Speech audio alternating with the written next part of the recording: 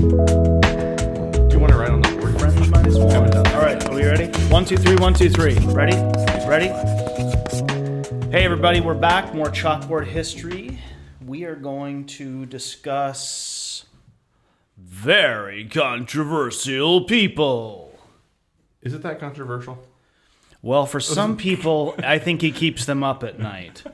So the first person, not necessarily in this order, but we are going to talk about Ulysses S. Grant. Mm-hmm. We're not going to talk about that he was a butcher or a drunk or an idiot. Yep. Okay? So he's the least controversial. But the really controversial person, and he has a little spot on the wall. Oh, Chalkboard History. Look at him. Sherman with a little N at the end. WTS. Oh my gosh, he drives some people crazy. Why do you think that is? He lives in their heads rent-free. A man who loved the South before the war, lived there, surrounded himself by the people, fights the war. A Shokin farewell plays softly. Keep talking, like you're Shelby Foote. Well, William Tecumseh Sherman. No. He lived in the South. No, you don't sound like Shelby Foote at all. It's not molassesy enough? What do you want me to do? You weren't even born when this came out. No, I wasn't, but I watched it religiously. All right, so that Has a lot was to do with it? fantastic. Yeah. I played that just because everybody who's ever done anything Civil War knows what it is. Yep. That was a modern treatment of Grant and of Sherman that wasn't either influenced by sort of Confederate nostalgia, modern kind of ridiculousness, or Gone with the Wind. Yeah. It was really, I think, a pretty fair treatment of, especially Grant as a person. I think Ken Burns did a good job of introducing that. But also not labeling Sherman like he was some sort of, terrorist, murderer, pillaging the South. It portrayed this style of warfare that I guess is going to be the topic of our discussion. Yeah. Some people could call it total war, but I don't think that the 19th century... It might have been total war for the 19th century, but it's really a hard kind of war that at least Americans didn't think that they should... Many Americans did not think they should be fighting. And so let's talk about that. Yeah. Why are Grant and Sherman so pilloried by some people, and then let's talk about what they really did. Start with pillorying, if that's a word. Pillorying. Vilifying, name calling, finger pointing. Yeah, I don't know where else to start than what we think, not what we think, but what kind of modern audiences think of the two. And we have to keep in mind too, Grant and Sherman have had an incredible kind of rehabilitation over the last 30, 40 years. But what were they like right before that? Well, Sherman was the man who burned the South and destroyed Georgia and burned down Atlanta, which of course, not completely accurate. And then there's Grant, who was drunk all the time, and he was a butcher, and he killed all of his men, and all these things, right? The myths come out largely after the war, the kind of the seeds of it sprinkled back during the war, newspapers that either vilified one or the other, Confederate kind of reports, Confederate accountings of the battles. And then we get a little bit later on, and you start to read, Gone with the Wind is the perfect kind of encapsulation of the previous maybe 80 years of written history about Sherman, certainly, that the Yankees were coming to destroy Atlanta. And I keep looking over my shoulder at him because he's just right there, and he's peering right towards us. But you have to look really grumpy. All the way up to his wrist. Yeah. That's Napoleon and then some. But I don't know where necessarily the vilification, what the purpose for the vilification is. I say this, I qualify it as somebody who's from the South. Yes, go ahead. Lost cause. Yeah. Well, it's the encapsulation of everything, kind of 1868 to well into the 20th century. But what are they saying about him? Well, 'Cause it's not that they can't say that he's a bad commander. They can't say that he wasn't good at his job because. Well, they won the did, and they completely ignored, for example, Grant's post-war efforts, many of which were not successful, but many that were successful, and his effort to keep the United States together, first really civil rights president, and even Sherman took a tour of Atlanta years after the war and was welcomed to the city. And actually, Sherman reveled in pointing out all the buildings that had not been burned down because he had already heard some of the initial accusations. I think the lost cause. So if you ran from the 1880s, Grant's dead by then. So let's say 1890. So Grant's dead by then. Sherman's gone in a few years. So from 1890s, when Confederate Veteran Magazine comes out, Confederate monuments start to come up, you see a two-pronged approach, which either it had to be intentional. It couldn't have been unintentional. When Robert E. Lee surrendered, General Orders, I can't say it like I'm from Virginia because I'm from Minnesota, so it doesn't sound very good, but General Orders number 10 or whatever, number 9, number 11, is it number 10? I'm sorry, I love your Virginia accent. Is it so number much. 10? Order 66? It's the Is it like farewell number? one, right? Okay. Yeah. It's the one where he says basically we only lost because we were outnumbered. Right. Well, what a bunch of nonsense that is, because being outnumbered like 6-5 or 5-4 isn't really being outnumbered all that much. You got beat. You got beat repeatedly, and that's why you lost. But I think the lost cause for Sherman and Grant had to boil down to two things. The South would have won had it not been that Grant was a butcher and threw waves of soldiers in, often when he was drunk. He was a lousy president, riddled with corruption, and he was just stupid, okay, because he was fighting against the Ku Klux Klan and standing up for civil rights as best he could. So you had to minimize that effort. And then, of course, the only reason that the South lost, in addition to all of the accusations hurled at Grant, was that Sherman was a ruthless monster like the Mongols of old, the hordes sweeping across the countryside, destroying everything, and his soldiers raping women and murdering innocent civilians and killing the dogs and puppies and throwing chickens down wells. I can see the comment section on this video. I let the comments flow. Sherman would have loved it. I think all of that had to happen because what had really happened was that Grant and Sherman had employed a new kind of warfare. And the goal of that wasn't to be gentlemen. It was to win. I don't think that people like Robert E. Lee quite ever got that message. But you know who did? Forrest. Yeah. Forrest is one of the few Southern commanders who actually got it.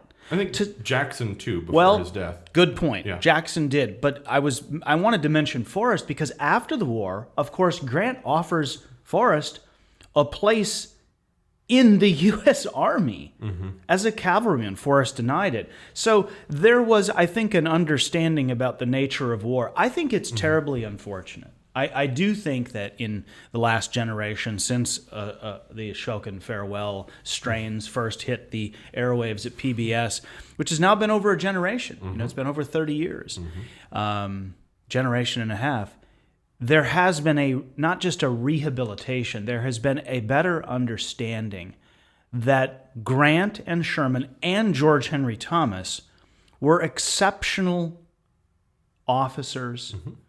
Their men respected them, and these men helped win the war. I think, too, it's helpful for us to think about how wars had been fought prior to the Civil War. It's very much the meat on the battlefields, and outside of that, you're not really in combat. You're certainly not occupying towns and villages in the kind of way that we'll see by 1863 and by 64 when hard war, total war starts to be employed. That's a war that's waged against the kind of the logistic welfare of the opponent, right? So if you're in the Federal Army, you're Sherman, you're marching through Atlanta, you're marching through Georgia, you seize things that could aid the Confederate military. And of course, there's little kernels of truth to all of the things that, they pillaged farms. Well, yeah, if the farm had a lot of livestock that could feed the Federal Army and deny the Confederates access to that livestock, then yes. Well, it's two-pronged in that sense, too, because you take the war to the logistics side of things, to the supply side of things, but you also have to try and break the morale of the civilian. Because if you can do that, you can break the morale of the army. And if you have no morale in the army, these men aren't going to fight. And they do something early on. Grant and Sherman, of course, both come out of the West. Mm-hmm. They're both at Shiloh, which is a really incredible moment, because had the Confederates been successful at Shiloh, they could have had a twofer. They could have knocked Grant and Sherman off the map, if you will, and that could have changed the outcome of things. But they didn't. So they are there. They're obviously both involved during the Vicksburg campaign. And they really make their careers in the West. But you begin to see, particularly in 1863, an effort, as you pointed out, by U.S. forces to use corn and grain and livestock, whether it was cattle to be used for feeding the army or horses to be used within the cavalry, is they're using Southern assets to their advantage, which means they're using them against Southerners. Right. And also they were they weren't bothered by this style of warfare. They saw this as perfectly within the bounds of a new era of warfare. And I think some people want to have it both ways. We often think about, let's say, Lee's army when it went into Maryland or Pennsylvania, as if they didn't do the exact same thing when it comes to confiscation. But also, here's a dirty little secret. Much of the war was fought in the South. Southern armies did this to Southern civilians all the time. So yes, they would receipt them with worthless paper. Yeah. Okay, so those Southern civilians never got it back. So I don't know what's worse, taking something and giving them worthless script, or someone coming along and just taking it. In the end, the taking ends up in the same arena, right? Right. And it's the whole reason for, Lee launching his movement into Maryland, take the strain, get people out of Virginia. And there's another piece of the kind of total war part that we've maybe left out. And I just came across this we've got it in the bookstore, pick it up, Elizabeth Varon's Armies of Deliverance.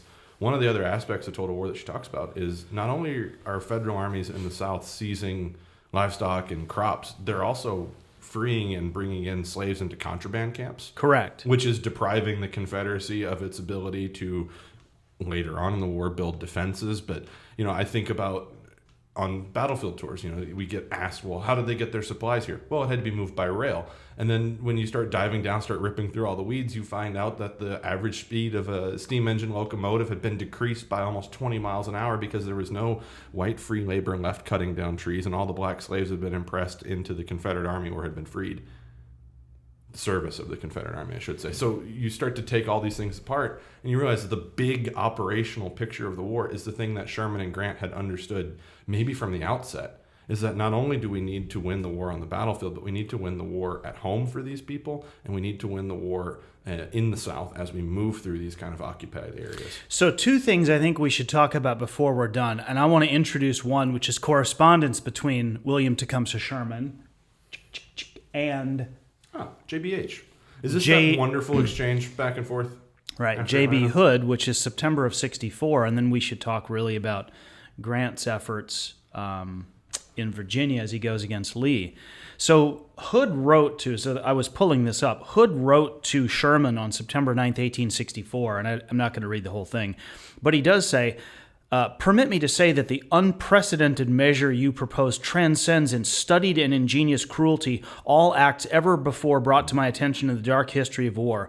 In the name of God and humanity, I protest, so forth and so on. So Hood, of course, is essentially complaining that war isn't fair. Why are you being mean to me? Why are you doing these terrible things? Seriously, I'm sorry, I can't see him whining. But come like on, that. Yeah. But I mean, if you read the letter, it's like, come on, man. Well, it goes back. Think about it's the difference in these men where they're from is Grant and Sherman see things the other way. How does Lee view the war? Right. As a game, right? So, and that's his school. I point out that I think this is Hood whining. And anybody who's heard me through the years, I am always trying to give John Bell Hood a fair shake when it comes to the campaign or to, the Battle of Franklin.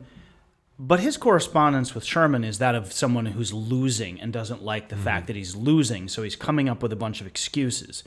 Sherman says to him, "You yourself burned dwelling houses along the parapet, and I've seen today 50 houses you've rendered uninhabitable because they stood in the way of your forts and men." That's interesting. Taking Sherman at his word, and I've seen the evidence of this, the Confederates were removing Southern civilians from their homes so they could set up a defensive line so close to town that Sherman would have a hard time shelling the lines. Right. But, of course, that didn't stop Sherman from doing that.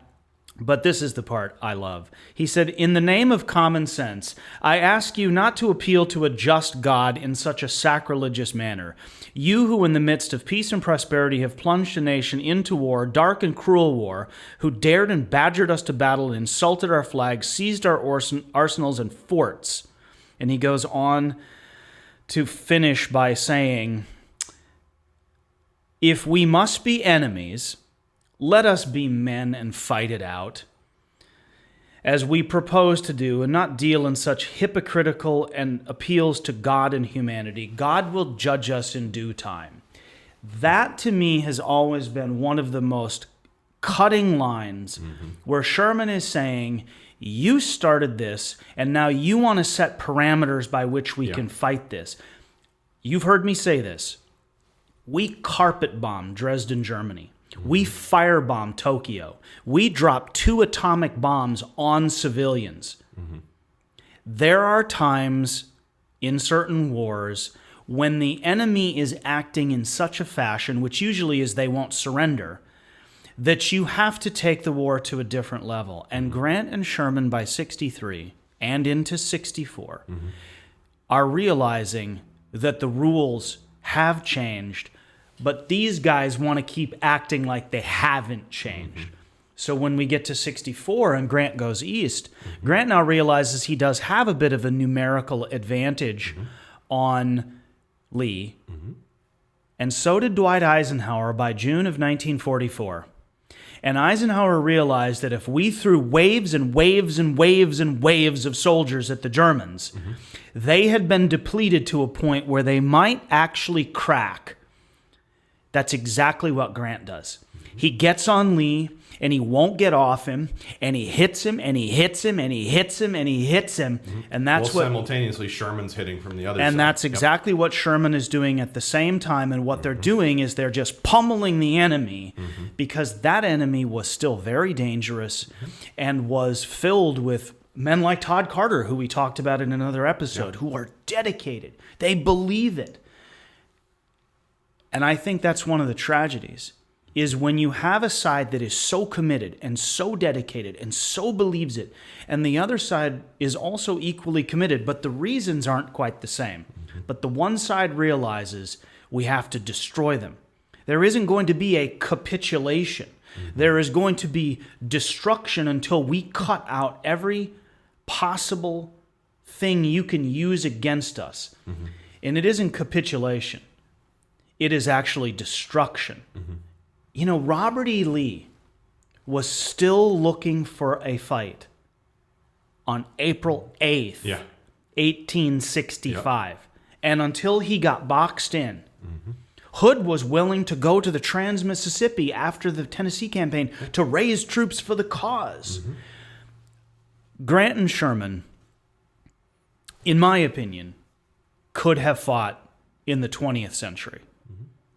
I also think we should never forget it's not like they enjoyed the cost of war. We know Sherman biographers, especially Marzalek and even McMurray, who's done a lot of work on Sherman. And Richard McMurray he knows a lot about this. Just a lot, yeah. Sherman's march to the sea was an effort to minimize casualties. And Sherman believed if he could deprive Georgia of war material that would hurt the Confederate war effort. And he was right. And John Marszalek, I have repeated this so many times through the years, Marszalek said Sherman was so good at getting into the heads of Southerners, They're still there now. that he's still there to this day. Yeah. But the what they think of him has kind of grown legs and become something else, too. But the legs have atrophied in recent years. Yeah. Sherman and Grant and George Henry Thomas, a Southerner who stayed loyal, are beginning, I think, to be recognized as this trio of men who not only won the war, they hardly ever lost. And they didn't win just because they had more stuff. They did it because they were good soldiers and they led armies of committed men. And this is not to diminish the other side. You know, the Army of Tennessee was filled with incredibly brave men and many good commanders. You know, I don't think the Army of Tennessee command leadership was often as bad as some think. It's just often they ran into, guess who? Grant, Sherman, and Thomas. That's right. The Army of Tennessee ran into those three guys over and over. And then ultimately Lee ran into that buzzsaw. And then Sherman took the war from the west, brought it east to the east. And eventually Sherman and Grant linked up, you know, and there they were after the war on Pennsylvania Avenue. So I think their stories are going back to where even the veterans of both sides realized they were. I think many Confederates didn't have the disdain for Sherman that some of our Joe Johnston becomes friends with him. He has dinner with John Bell Hood. Right. How awkward Christmas, that dinner right? had been. Christmas, right? Yeah. Right. Yeah, I think that they had more respect for Grant and Sherman and Thomas than some of the keyboard warriors that Longstreet and Grant are around best friends today. before the war, best friends after the war. Right. And why does Longstreet get excoriated in many circles today?